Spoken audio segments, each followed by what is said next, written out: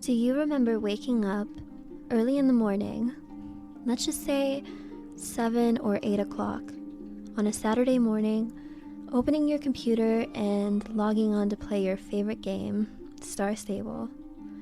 The sun is still in the process of rising, sun peeking through your house windows and casting a ray of light onto your floors. As you are greeted by the orange cat on your computer screen, reading the various tips he has provided you, awaiting the moment when the game finally loads and you can begin immersing yourself in the world of Jorvik. You have successfully logged on, and the environment around you seems quite barren as everyone is still waking up and logging on.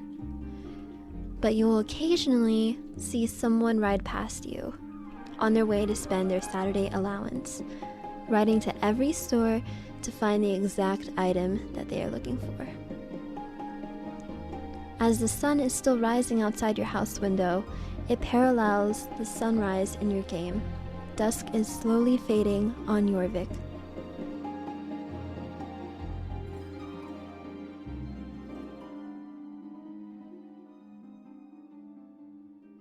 If you felt a sense of familiarity in that short prologue I wrote, then I am sure you understand why that feeling is so hard to get a hold of nowadays. Maybe it is just a feeling blanketed in nostalgia, but I promise that there is evidence that proves that the feeling of immersion could still be accomplished if Star Stable would stop erasing the elements that makes this game so cozy. I truly believe that convenience was the trade-in for immersion. There are a couple of examples that back up this argument, one being the concept of the global store.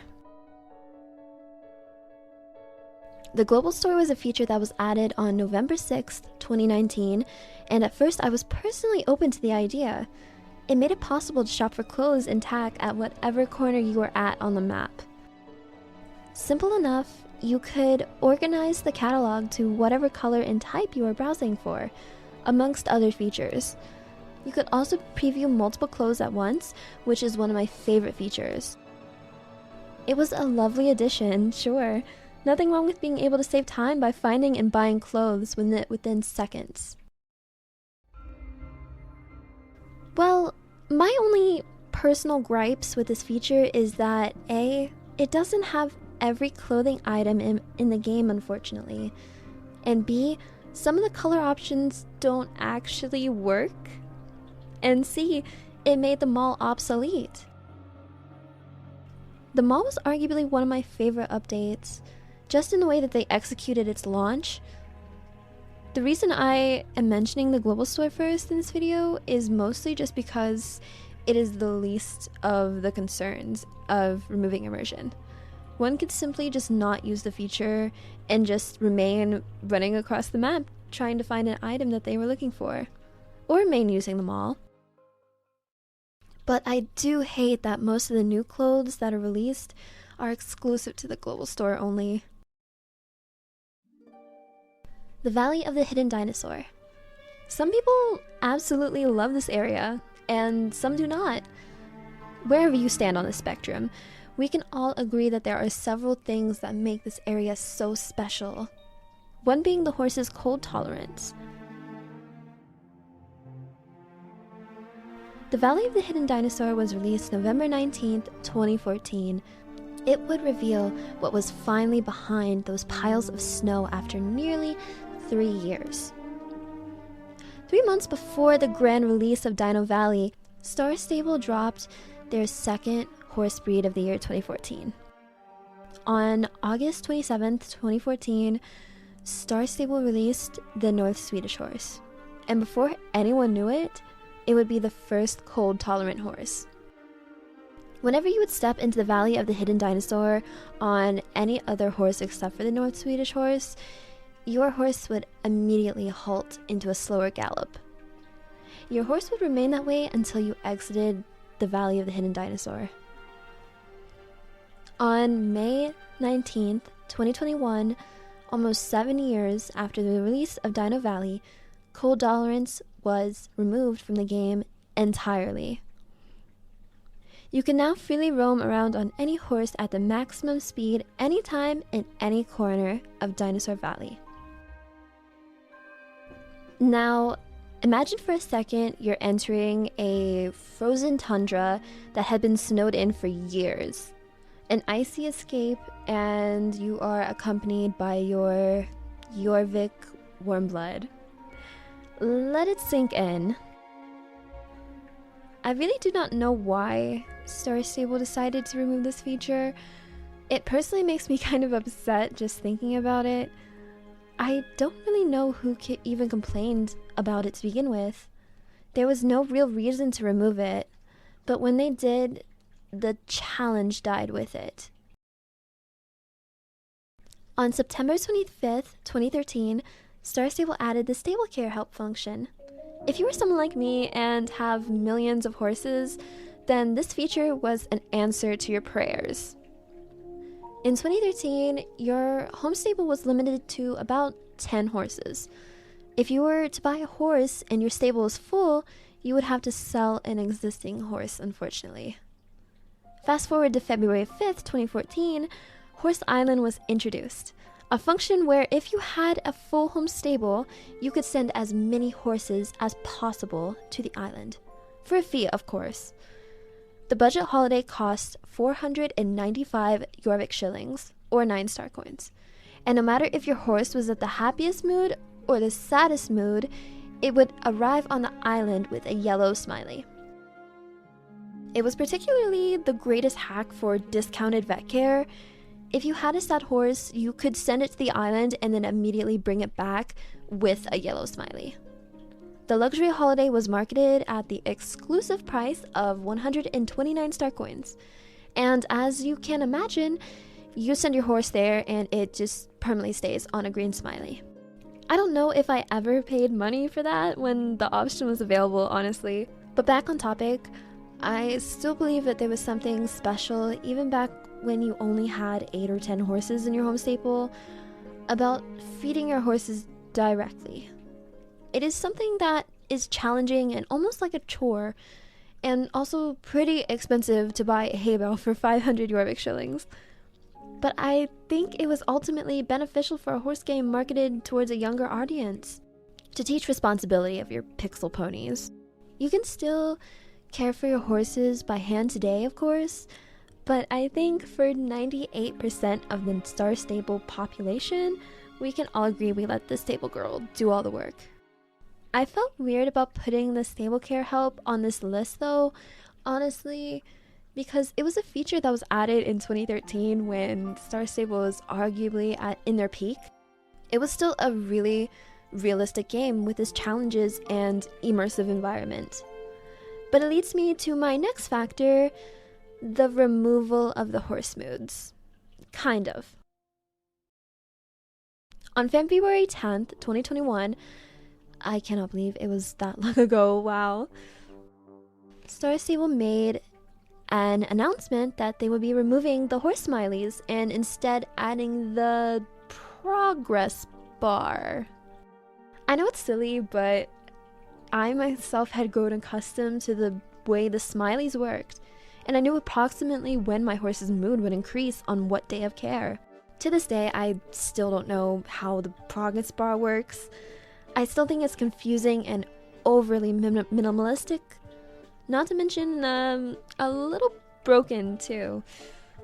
In my personal opinion, while most thought that the smileys were tacky and outdated, I thought that they made sense and made things simple, and are also very easy to understand for younger kids. Unrelated, but I really believe that the bright colors and shapes are really important for a children's development. That's why I don't understand Star Stable's choice to make the game a bit darker in terms of the environment. We all know how Star Stable is unfortunately making their game more and more child-friendly, like removing parts of their quest line that is deemed quote-unquote too scary for the younger audience. But removing features like the smileys as well as the bright atmosphere of the game and adding an NPC that cares for your horses for you, taking away the challenge of the game, is odd. Moving on to caring for your horse when you have excessively ridden it for hours on end. I swear I will shut up about horse care eventually. I am actually not sure when this feature was removed. I'm assuming 2018, as all good things were. To explain it briefly, as the day went on and the bottom of your laptop was burning your legs to a crisp because you have been playing all day, your horse would begin to get hungry, thirsty, or in need of brushing again. As all real-life horses do, by the way, it would begin with a yellow icon of the 4 hunger, thirst, hoof picking, and brushing. And as the day went on, your horse would develop all 4 of the icons unless taken care of properly, as any real horse would react to. Yes, that feature was really challenging and annoying at times, but it made the game feel realistic in a simple way. And I also think that it is something very important that should be taught to children, so I do not understand why it was removed. Let's move on to a related subject, the noises the horses made.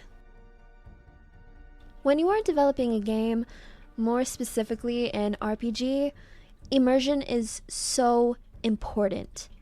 In Star Stable's case, the game is about a bond with your horse. I am obviously older than I was when I started playing this game almost 10 years ago, and one of my interests definitely includes video games.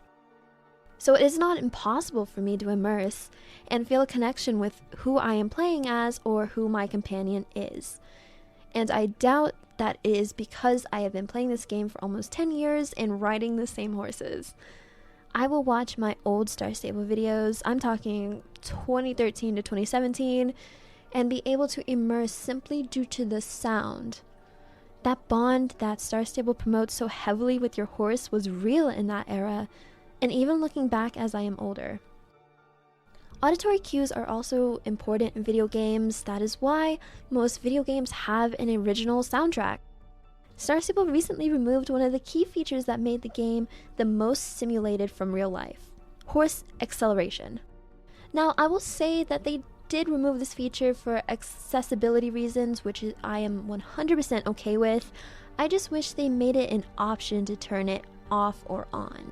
But having your horse respond to you and warn you when they are about to slow down made the game really immersive.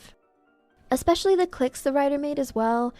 Our horses seemed the most lifeless they have ever been without their auditory cues.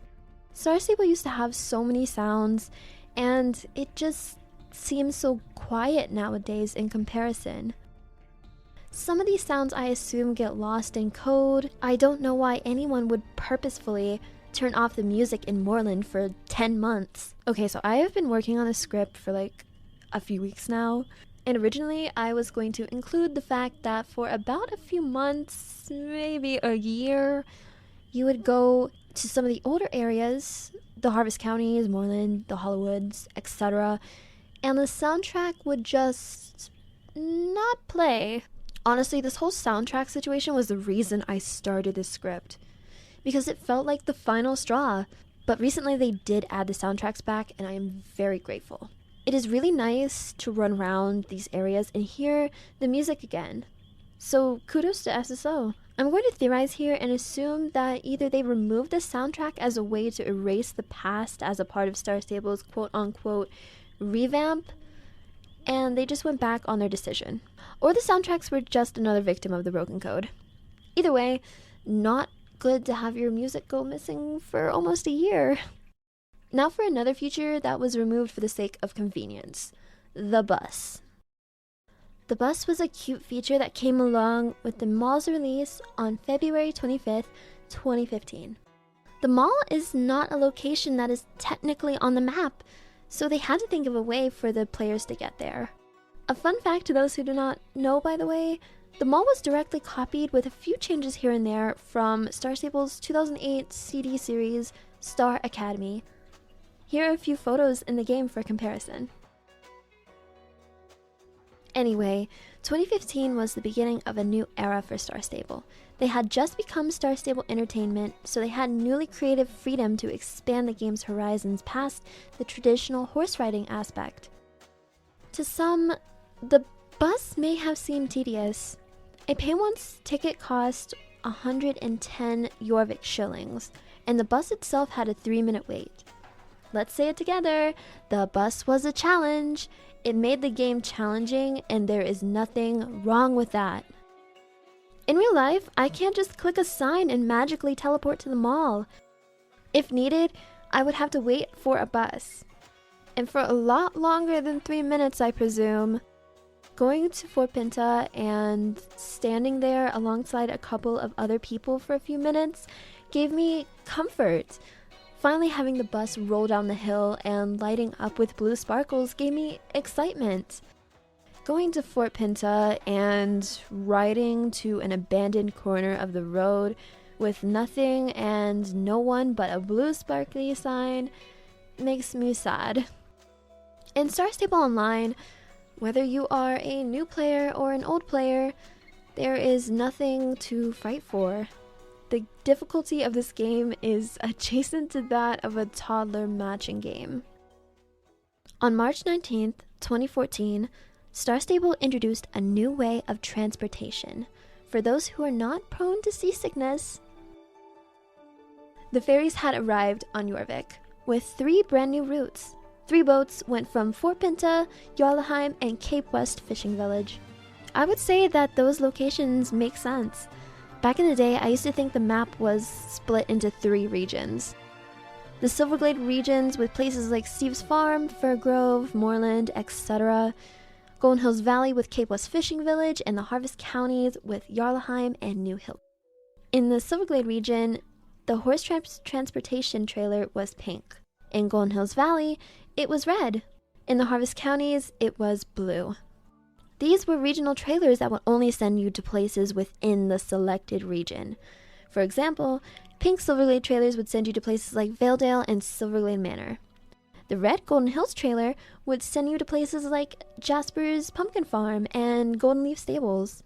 The blue Harvest Counties trailer would send you to places like Sunfield Farm and Wolf Hall Inn. This gave the game a bit of a challenge, as you cannot freely go just about anywhere like you can today. Another side note, before 2015, the trailer actually cost 100 Jorvik shillings and 5 star coins, instead of today's price of 25 Jorvik shillings and 2 star coins. I think this was a good change personally, because 100 Jorvik shillings would start to add up, but if you disagree, then that is okay. There was actually a hack that many would take when the trailers were still regional, to get to the Jorvik Stables Championship faster. Instead of waiting for the Jarlaheim ferry, players would take the trailer to Milmer's Highland and then ride to Wolf Hall Inn to take the trailer to Sunfield Farm. I like the idea of the island being split like this. It made the map feel larger than it actually is. It also makes the community of Jorvik feel individualized. I don't know exactly when the horse trailer changed, but to my knowledge, I would say sometime in 2019 maybe. To circle back around to the ferries, changing the horse transport made the ferries sort of obsolete. Of course, their relevance was already sort of fading after maybe 2016. Not to mention there are also some unused locations for the ferries that I think Star Stable was planning to implement. There's a dock in Epona that looks exactly like it could have been a ferry location. And also, I want to assume they were going to add one in Dundal as well. Adding those 2 routes could have honestly revived the ferry's hype for at least a good year and a half. But the sea transportation had been abandoned pretty much since the release of South Hoof Peninsula. Some could say the ferries were also very tedious. It took a good minute of waiting, and even longer if it wasn't the right boat you were planning to ride. And even when you got on, it wasn't until maybe 30 seconds until it left, and another 30 to 45 seconds of riding to your destination. Still, to me, it was very realistic and also very fun to ride with all your friends. Waiting in a line to get somewhere, whether it be for the bus or the ferry, gave the SSO community something to do. I met a lot of friends waiting in line for the ferry before. I mean, if you are waiting in line for something with other people, every now and then you are bound to strike up a conversation. I know it was true back then, but now more than ever, you'll find most of the community sitting around at Steve's Farm exclusively. Mostly because anything we need to do on the game takes less than 5 minutes to accomplish. Need a new shirt? open up the global store. New quests? Quests nowadays take less than 15 minutes. Need to go to a champ? It takes less than a minute to go from Steve's farm to New Hillcrest now. These features may have seemed tedious, but without them, the game is nothing more than a shell. But I don't care what anyone says. Barely missing the ferry and jumping on right as it was about to leave and making it is a feeling of satisfaction and pride that I don't think I will ever get again. December 10th, 2014. Star Stable introduced their second cold-tolerant horse, the Fjord Horse. They would be located near the Icing Gate, where we had first met the Coulters, a native people to Dinosaur Valley. We met them a few weeks prior to the drop of the Gen 1 Fjord Horse. They had given us reputation quests to crunch in anticipation of the Fjord Horse.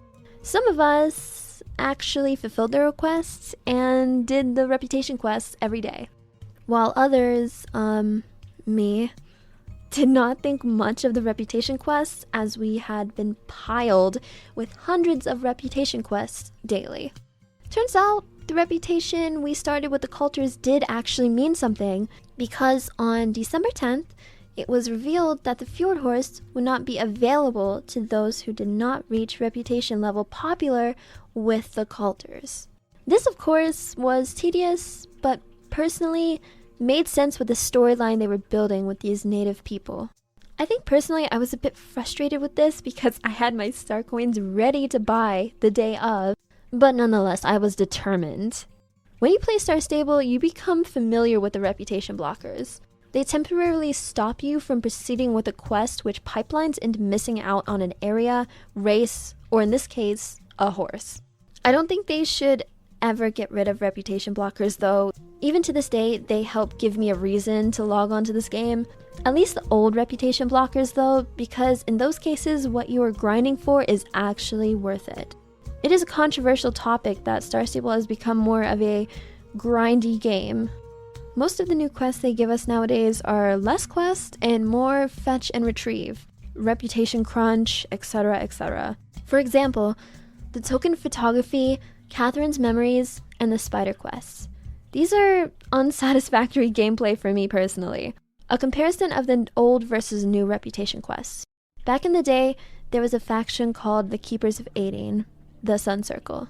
After the notorious Pandora Cracks questline, where the whole city of Silverglade gets terrorized with these mysterious Shadow Seekers, the Keepers of Aideen enlist you in Soul Rider training. In order to progress in the main storyline, you would have to do Soul Rider training daily quests to reach reputation level popular in the Sun Circle. Only then would the story advance. Alongside Soul Rider daily training, you also close daily Pandoric rifts for reputation. You may say, we already know this. There is already Soul Rider training in the game now. Well, these were a lot different. This is a comparison to what it was like back then and now.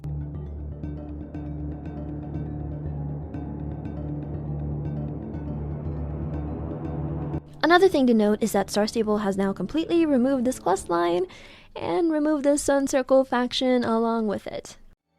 You will still advance in the storyline, but this chapter of Star Stable history has been erased for good. I know. How did we go from Coulters to Soul Rider training?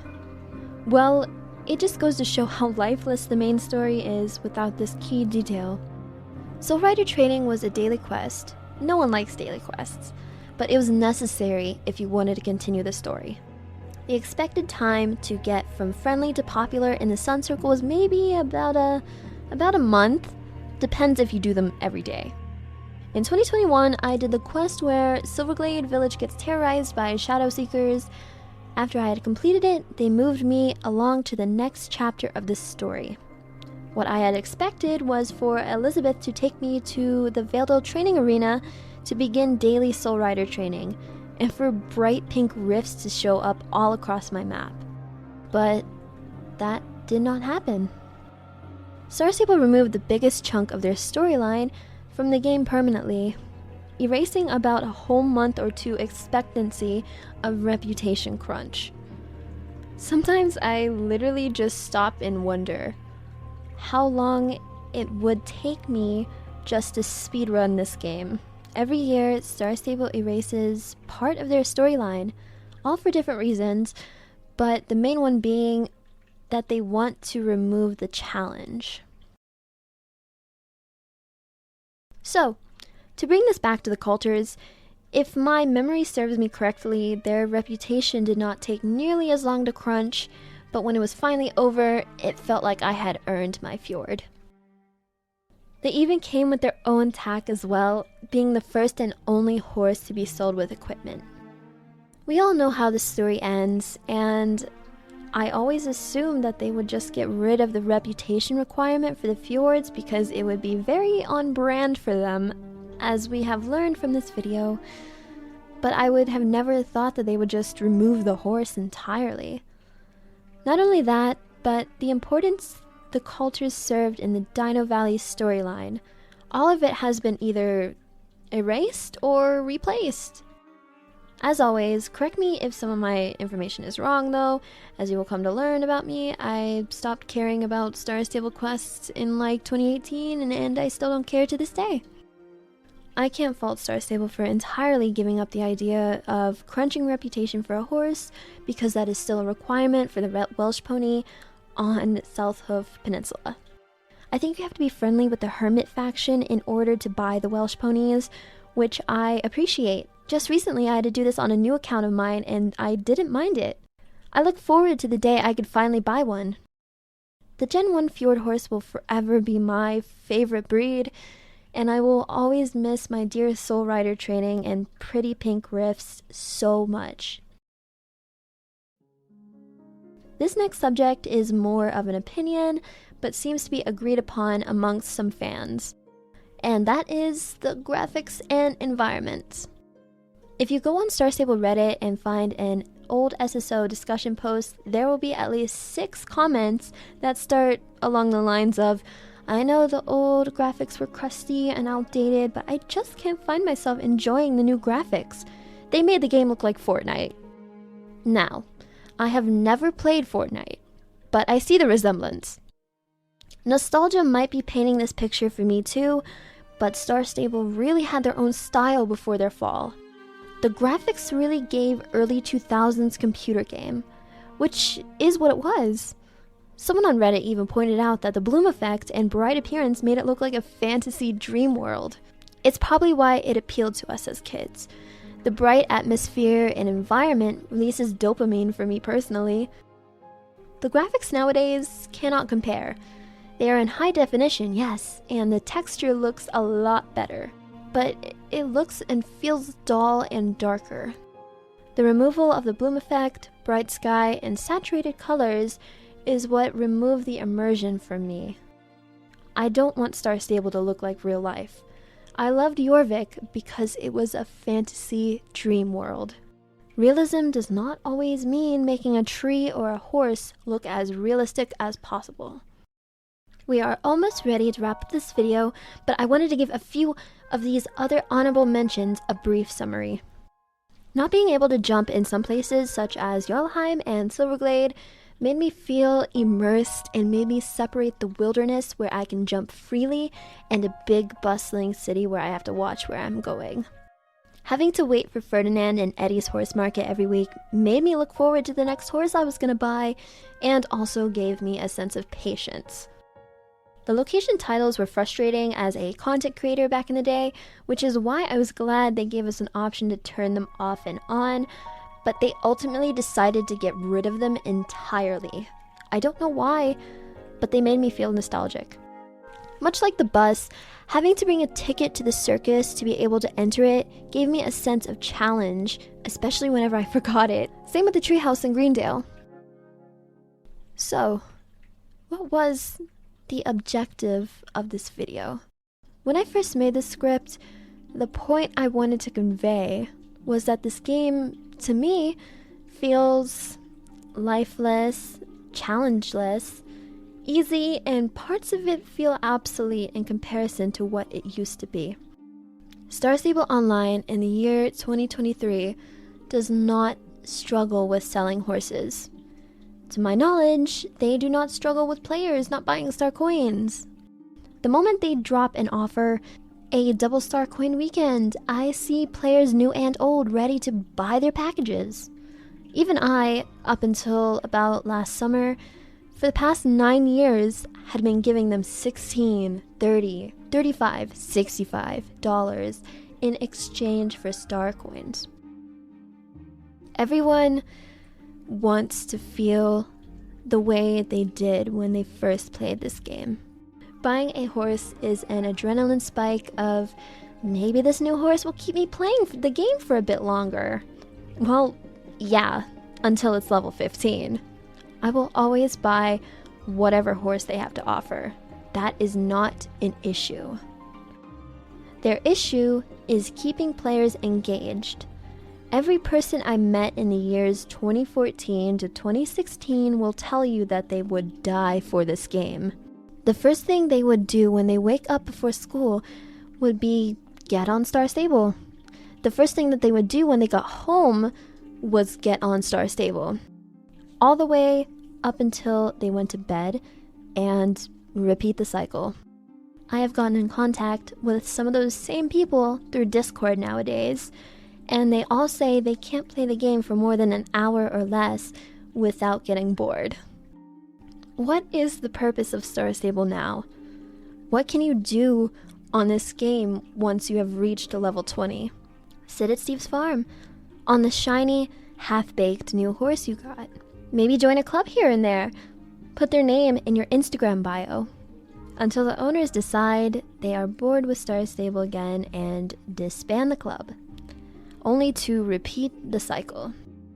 It makes me sad, because seeing as it takes maybe less than 2 months to reach level 20 due to all of the quests, day blockers, and reputation blockers Star Stable has removed for the convenience, newer players will find themselves becoming bored with the game and in the exact same position as older players very quickly. No matter if you're a player that started playing in 2022 or 2012, we are all in a robotic, dull queue line waiting for the next new horse. Star Stable, as a company, needs to fix this. They need to get out the blueprints they had in 2015 and make a plan to keep their fan base coming back for more than just a new horse. This has been Kitty Spiderweb, signing out.